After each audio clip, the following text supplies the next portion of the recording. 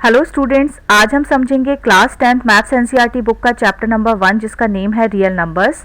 आज हम इस चैप्टर की एक्सरसाइज 1.4 के क्वेश्चन नंबर 1 को सॉल्व करेंगे।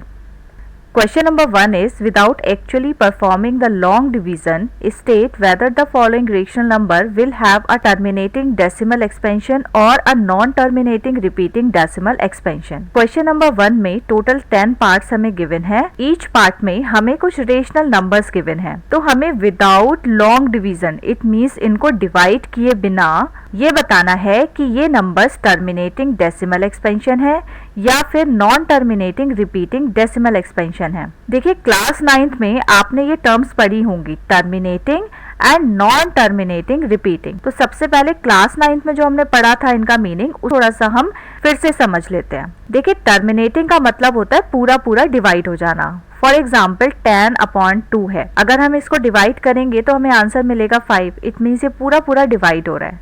बट नॉन टर्मिनेटिंग रिपीटिंग में क्या होता है कि जो रेशनल नंबर है वो पूरी तरीके से डिवाइड नहीं होता, साथ ही साथ पॉइंट के बाद की वैल्यू रिपीट होती रहती है। फॉर एग्जाम्पल 10/3, अगर हम इसे डिवाइड करेंगे तो हमें मिलेगा 3.333 एंड सो ऑन।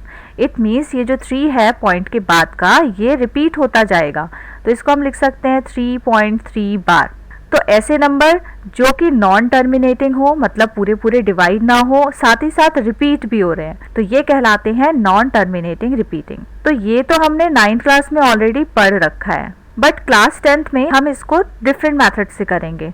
देखिए टर्मिनेटिंग और नॉन टर्मिनेटिंग को चेक करने का एक और तरीका भी होता है। हमें पता है कि कोई भी रेशनल नंबर P/Q की फॉर्म में लिखा जा सकता है, जिसमें से P होता है न्यूमरेटर और Q होता है डिनोमिनेटर। तो जब भी हमें कोई रेशनल नंबर चेक करना होगा तो हम उसका डिनोमिनेटर, इट मीन्स जो Q है, इसके फैक्टर चेक करेंगे। अगर वो फैक्टर 2 की पावर n इंटू 5 की पावर m की फॉर्म में हमें मिलते हैं तो वो रेशनल नंबर टर्मिनेटिंग होता है। अब देखिए यहाँ पे कंडीशन ध्यान रखनी है कि जो भी डिनोमिनेटर के फैक्टर हमें मिलेंगे उसमें ओनली अगर 2 भी होगा या फिर ओनली 5 भी होगा तब भी हम उसको टर्मिनेटिंग कंसीडर करेंगे। बट अगर 2, 5 के साथ में कोई और नंबर, फॉर एग्जाम्पल 7 भी आ रहा है उसके फैक्टर में, तो वो नंबर हो जाएगा नॉन टर्मिनेटिंग। इट मीन्स वो टर्मिनेटिंग नहीं कहलाएगा। अभी आपको ये चीज थोड़ी कंफ्यूजिंग लग रही होगी, बट अभी हम जब क्वेश्चंस करेंगे तो आपको ये चीज बहुत आराम से समझ आ जाएगी। तो बिल्कुल भी आपको कंफ्यूज नहीं रहना। क्वेश्चन करते हैं, चीजें अपने आप समझ आएंगी। फर्स्ट पार्ट में रेशनल नंबर है 13 डिवाइड में 3125। अब देखिए 13 और ये जो नीचे वाली डिजिट है, ये दोनों नंबर आपस में को प्राइम है। को प्राइम का मतलब इनका कोई भी कॉमन फैक्टर नहीं है अदर देन 1, बट फिर भी हम इनके फैक्टर्स करके देख लेते हैं। 13 का फैक्टर करेंगे तो हमें 13 ही मिलेगा। 3125 के फैक्टर्स मैंने ये साइड में करे हुए हैं। तो देखिए फैक्टर्स में 5 आ रहा है 5 टाइम्स, इसको हम लिख सकते हैं 5 की पावर 5।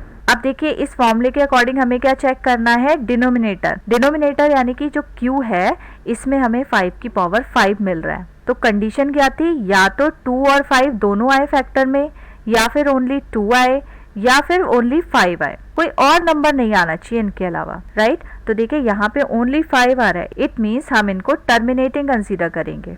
चलिए अब नेक्स्ट वाला पार्ट देखते हैं, 17 डिवाइड में 8। 17 के फैक्टर 17 ही होते हैं, 8 के फैक्टर ये साइड में किए हुए हैं, तो ये हो गए 2 की पावर 3। अब इसको भी हम मानेंगे टर्मिनेटिंग, क्योंकि फॉर्मूले के अकॉर्डिंग या तो 2 आना चाहिए या 5 या फिर ये दोनों ही आना चाहिए, तो ये हो गया टर्मिनेट। Next part is 64/455। सबसे पहले हम इनके फैक्टर्स कर लेते हैं। 64 के फैक्टर्स करेंगे तो 2 की पावर 6 मिलेगा।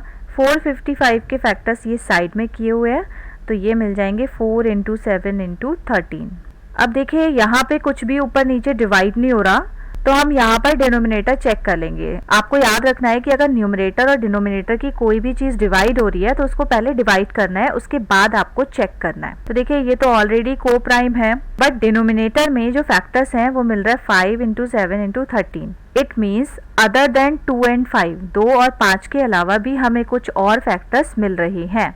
तो अदर देन 2 एंड 5 अगर हमें कोई और फैक्टर्स मिलते हैं तो rational number non terminating repeating हो जाता है। सो हम आंसर में लिखेंगे नॉन टर्मिनेटिंग रिपीटिंग। चलिए फोर्थ पार्ट करते हैं। 15 के फैक्टर करते हैं। 15 के फैक्टर होता है 3 इंटू 5। 1600 के फैक्टर्स ऑलरेडी मैंने यहाँ किए हुए हैं। तो इन फैक्टर्स को लिख सकते हैं 2 की पावर 6 5 इंटू 5।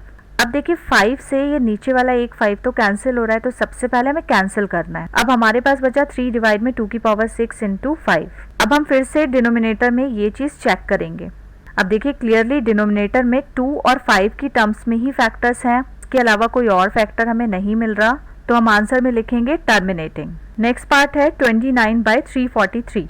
29 का फैक्टर तो 29 ही होगा। 343 के फैक्टर कर लेते हैं, ये जाएगा 7 से।